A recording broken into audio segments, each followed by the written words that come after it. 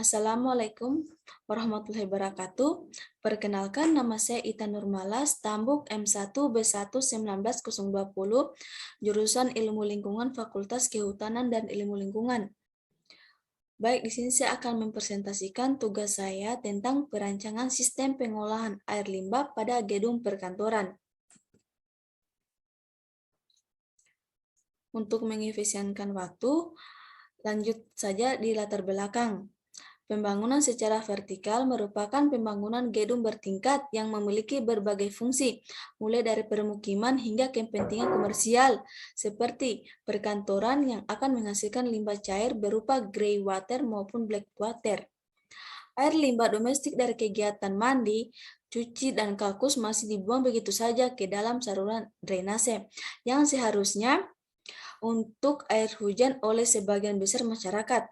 Bahkan, limbah domestik padat sering juga dibuang ke badan air sungai, yang akibatnya dapat muncul penyakit secara epidemik maupun endemik melalui perantara air. Yang dimana rumusan masalahnya, yang pertama, bagaimana sistem pengolahan air limbah dengan bak netralisasi, grey trap, bak ekualisasi, tangki septik, aerobik filter, dan filter karbon aktif untuk gedung perkantoran MIPA Tower ITS Surabaya agar memenuhi syarat baku mutu effluent. Yang kedua, bagaimana volume dan rancangan anggaran biaya yang diperlukan untuk sistem pengolahan air limbah yang direncanakan. Tujuan penulisannya yang pertama, merencanakan sistem pengolahan air limbah dengan unit bak netralisasi, grey trap, bak ekualisasi, tangki septik, aerobik filter, dan filter bagi gedung perkantoran MIPA Tower ITS Surabaya. Yang kedua, menentukan besarnya volume pekerjaan dan anggaran biaya dari sistem pengolahan air limbah gedung perkantoran MIPA Tower ITS Surabaya.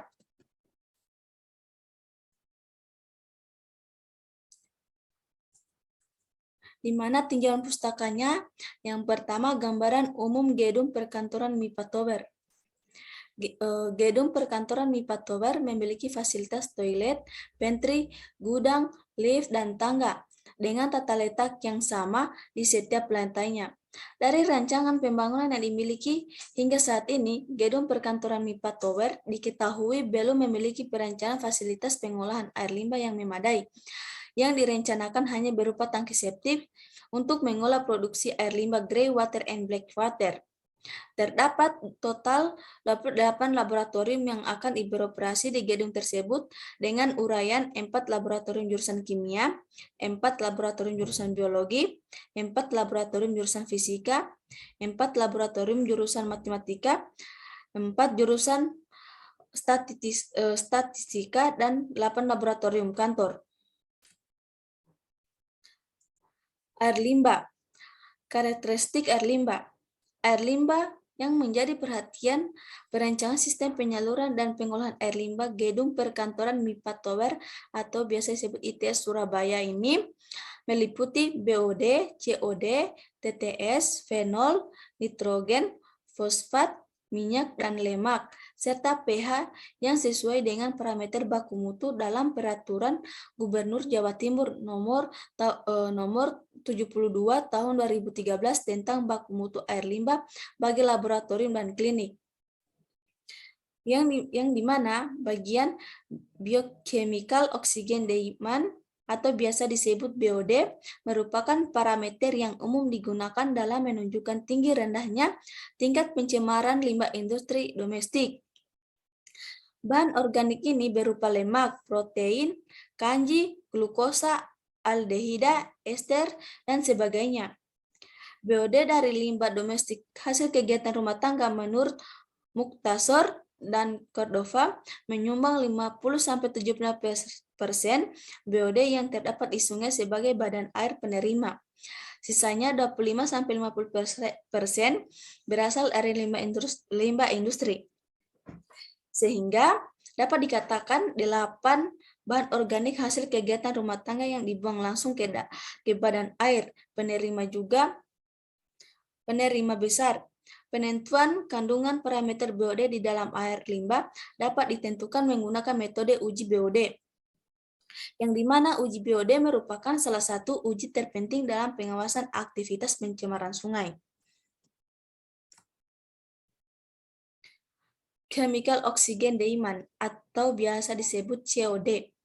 Menurut Wardana dan Fahrurozi menyebut bahwa yang dimaksud dengan chemical oxygen demand adalah jumlah oksigen yang dibutuhkan untuk mengoksidasi bahan buangan yang ada dalam air yang dapat teroksidasi melalui reaksi kimia. Pengukuran COD diperlukan untuk mengukur kebutuhan oksigen terhadap zat organik yang sukar dihancurkan secara oksidasi. Yang ke bagian C, Total Suspended Solid atau biasa disebut dengan TSS, yang merupakan bahan-bahan tersuspensi dan tidak larut dalam air.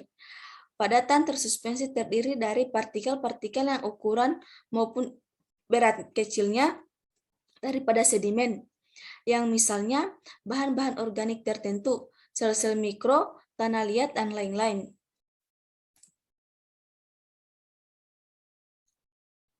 Bagian D, pH. Air limbah dengan pH asam atau basa cenderung sulit untuk diolah sehingga diperlukan suatu pretreatment netralisasi untuk menaikkan atau menurunkan pH. Kondisi tersebut berkaitan dengan proses pengolahan secara biologis karena nilai pH dapat mempengaruhi kinerja mikroorganisme. Bagian E, suhu atau temperatur, memiliki peran penting terhadap berlangsungnya proses pengolahan air limbah, baik pengolahan secara biologis maupun kimiawi, karena pertumbuhan bakteri meningkat seiring dengan meningkatnya suhu.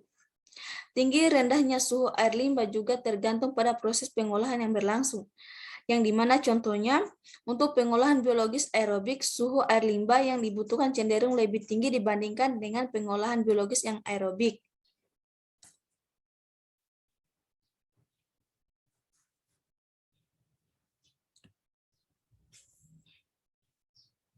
Bagian F, nitrogen. Nitrogen merupakan nutrisi yang menyebabkan pertumbuhan alga ke badan air penerima, dan oleh karena itu kandungan nitrogen di dalam air limbah harus dihilangkan atau minimal diturunkan hingga mencapai baku mutu sebelum dibuang ke badan air. Bentuk nitrogen yang paling umum dan terpenting dalam air limbah ialah amonia atau NH3, amonium atau NH4+, gas nitrogen, ion nitrit, dan ion nitrat. Yang bagian G, fosfat. Fosfat merupakan nutrisi tanaman yang jika 10 dibuang begitu saja ke dalam badan air tanpa melalui proses pengolahan, dapat menyebabkan pertumbuhan alga secara pesat dan tidak terkendali akibat efek fertilizer tipe dari fosfat disebut dengan eutrofikas.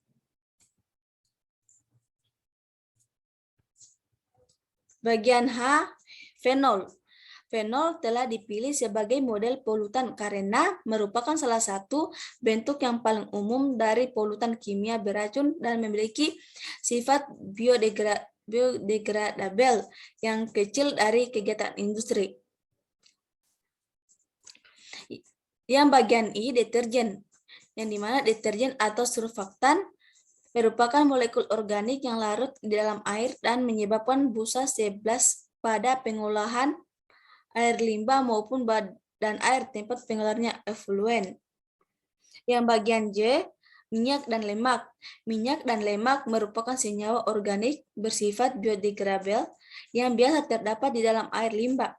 Akan tetapi, karena massa jenis yang lebih rendah daripada menyebabkan minyak dan lemak akan terapung dan tidak dapat menyatu dengan air, yang sifatnya lengket dan mengeras ketika dingin juga dapat menjadi momok dalam pengolahan air limbah seperti menyumbat pipa saluran dan filter. Jika dibuang begitu saja ke dalam badan air dapat menimbulkan bau yang tidak sedap dan mengganggu badan air. Sumber air limbah. Menurut sumbernya, air limbah dapat dibagi menjadi 3 bagian. Yang bagian A, air limbah domestik atau rumah tangga yang berasal dari perumahan, perdagangan, dan rekreasi. Yang bagian B, air limbah industri. Bagian C, air limbah tambahan atau rembesan dan limpasan air hujan. Untuk mencari besar debitnya air limbah domestik dapat menggunakan rumus GR sama dengan 80% kali QD.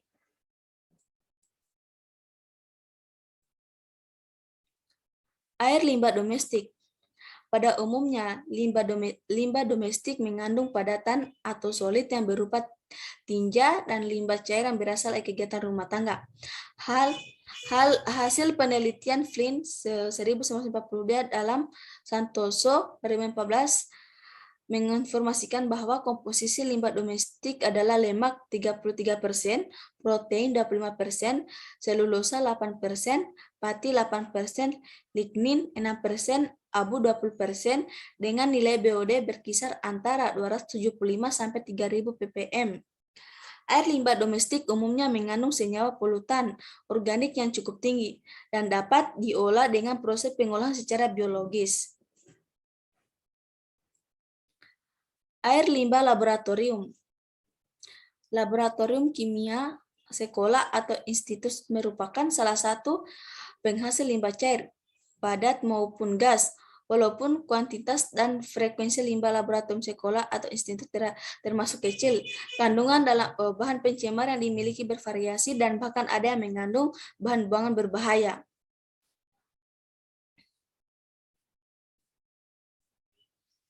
Limbah dari percobaan kimia, biologi, dan atau mikrobiologi yang melibatkan berbagai sampel alami dan sintetis mungkin termasuk ke dalam konstitusinya. Logam berat, senyawa organik tinggi, kondisi pH rendah yang berbagai substansi berbahaya tidak dapat diukur atau non-kuantitatif merupakan kondisi umum dari air limbah tersebut. Oleh karena itu, limbah ini berbeda dari limbah domestik. Suatu pretreatment dibutuhkan untuk menghasilkan efisien yang ekuivalen.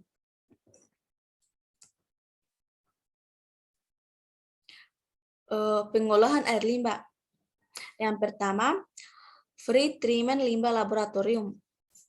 Pada umumnya, proses pengolahan limbah laboratorium didahului dengan proses pengolahan pretreatment yang secara kimiawi kemudian baru dilanjutkan dengan proses pengolahan secara biologis untuk limbah yang bersifat biodegradable. Pengolahan limbah cair secara kimia yang sering diterapkan adalah desinfeksi, pengendapan material terlarut, koagulasi, koloid, oksidasi, dan ion exchange.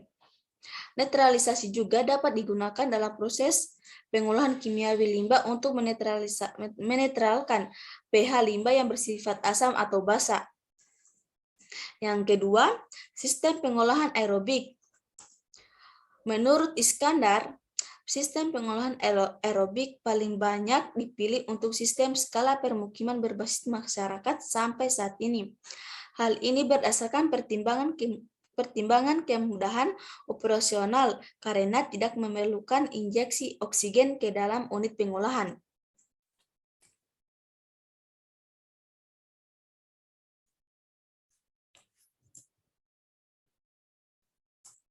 Unit-unit pengolahan air limbah terbagi menjadi dua, yaitu yang pertama bak ekualisasi. Bak ekualisasi adalah suatu bak penampung air limbah agar debit air limbah yang diolah menjadi konstan. Bak ekualisasi bukanlah merupakan suatu proses pengolahan. Grace trap atau bak pemisah lemak merupakan unit pretreatment yang digunakan untuk memisahkan minyak dan lemak yang terkandung di dalam air limbah sebelum memasuki proses pengolahan biologis. Waktu tinggal yang dibutuhkan di dalam bak pemisah lemak umumnya berkisar antara 30 sampai 60 menit. Aerobic filter atau aerobic biofilter merupakan unit pengolahan di mana mikroorganisme tumbuh dan berkembang di atas suatu media dengan membentuk lapisan lendir untuk melekat di atas permukaan media tersebut dan terjadi tanpa kehadiran udara anaerobik.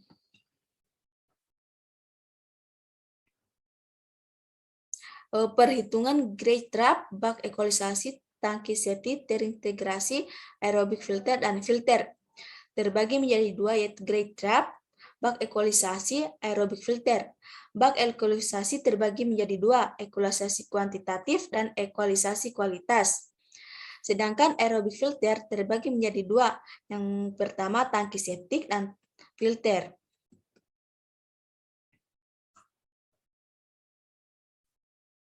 Di mana kesimpulannya, air limbah atau wastewater adalah kombinasi dari cairan dan sampah-sampah yang berasal dari daerah permukiman, perdagangan, perkantoran, dan industri, bersama-sama dengan air tanah, air permukiman, dan air hujan yang mungkin ada.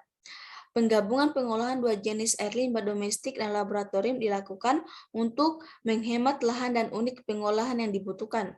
Pada umumnya, proses pengolahan air limbah terdiri atas dua cara. Yang pertama, free treatment limbah laboratorium dan sistem pengolahan aerobik. Adapun unit pengolahan sesuai dengan pengolahan air limbah perkantoran, yang dimana studi kasusnya MIPA Tower yang ITS Surabaya ialah bak neutralisasi gas trap, bak equalisasi, tangki septik terintegrasi dengan aerobik filter. Mungkin itu saja dari saya, pemaparan materi saya. Saya kiri, billahi taufik walhidayah, wassalamualaikum warahmatullahi wabarakatuh.